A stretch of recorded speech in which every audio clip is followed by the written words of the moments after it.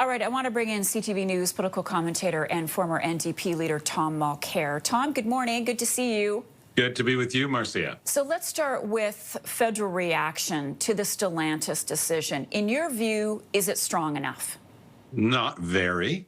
There's some talk of enforcing the provisions that are in the contracts that exist between the federal government and that automaker, because, of course, there's often government money that goes into bringing a new plant, bringing on new lines, as we've just seen. So I didn't find it very reassuring, frankly, to hear Melanie Joly talk about this yesterday. It sounded anything but determined. But I think it's against the backdrop of the wider discussion about our trade relationship with the United States. You know, Howard Lutnick is just simply saying, Howard Lutnick is simply saying that he wants the automobile industry in Canada to wither on the vine, and he wants to bring that to the United States. He's been very clear about that. And we've got to fight back at some point, whether it's consumers fighting back against companies that are cutting out, products and just saying, I won't buy that product. And that could be one part of the reaction. Canada can take a much higher level approach to this. The Chinese government is saying, look, we hit you very hard with tariffs on canola and other things when all of a sudden you excluded us from the Canadian market for our electric vehicles with no proper justification. So maybe reopen some part of that discussion. Now, the pushback from some people in the auto industry was, no, that'll hurt us even more. But at some point, you've got to fish or cut bait. You can't keep telling Canadian consumers, no, pay twice as much for your electric vehicle because we've got to keep that part of the auto industry here. Canada's got to have a logical approach to this. Mr. Carney will be going to China. Minister Anand has been both in India and in China. They're both working on creating new trade routes, new partnerships around the world. That has to be done. And I think that this is all part of that wider discussion. The Americans can't always have it their way, that they remove things from Canada and then expect us to stay in lockstep with them, for example, to exclude the electric vehicles from China just because that's what they wanted to do. But that in itself, Tom, is leading to some cracks in Team Canada because not all premiers are on board with this.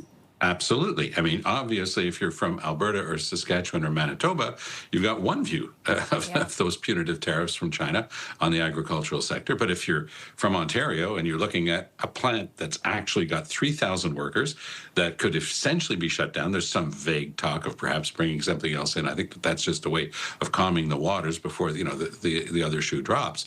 And that's tragic for the workers. And that has to be top of mind as well. But it can't be a one-off. It can't be a one-by-one approach. You have to take a higher level view of this to say, okay, Mr. Carney is correctly saying that the world has changed. We will never have the same trade relationship that we had with the United States.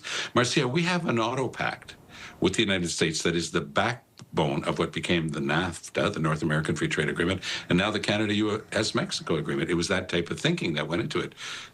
Donald Trump has made up excuses about national security and fentanyl. Yeah. He's just been tearing up those agreements with Howard Lutnick, his henchman on this stuff. So at some point, Canada's got to take a higher level approach than the one-off and just reacting to this tragedy, for 3,000 workers and their families and others in that sector in the area, and just saying, what is the end game here for Canada? What do we do in terms of our own resources? Who are our new partners around the world? And how do we escape the trap that we put ourselves in by putting all of our economic eggs in the American basket? So my last question then is, as you point out, while Dominic LeBlanc is in Washington, the meetings are ongoing, is there anything that Canada can do to prevent another Stellantis situation from happening again? And how does that sort of weave into the trade talks, if at all? Well, Donald Trump doesn't do subtle. But Lutnick is not an idiot, and he is capable of understanding that our two economies were intertwined, perhaps too much, when we look at what happened. But he understands that the very production lines in question, you can't keep hitting steel and aluminum from Canada as it crosses the border back and forth and expect the prices of those automobiles and pickup trucks, for example, to stay the same for American consumers. So they know that they're looking at all the indicators for increased inflation in the United States. That's the result of the tariffs. The tariffs don't come in as free money into the U.S. Treasury. It's not the Canadian government with those companies paying the tariffs, Marcia, as you know. It's American consumers. It's the same thing with softwood lumber. If you increase the price of softwood lumber, and most of the lumber used in the United States comes from Canada, If you increase the cost of that lumber, you're going to increase the cost of an American house. And what's the American dream? Owning your own house. You're going to increase the cost of that house by $50,000, $75,000 easy. And so American consumers are taking a while to twig to the fact that this is a big con job. What a surprise from Donald Trump. He says, oh, this is money falling into the U.S. Treasury, but it's money that he needed to give a tax break to the richest Americans, the billionaires like him. That's what that money's being used for. It's not being used for the average family. The average family's being hit with the tariffs. So at some point, that reality is going to start to hit home. Donald Trump's never thought long-term in his life, so he doesn't think long-term. He just looks at the immediate. But long-term, this is going to hurt the United States. It's going to hurt U.S. consumers, and it's going to hurt trade relations with the United States, not just with Canada, its closest trading partner, but around the world.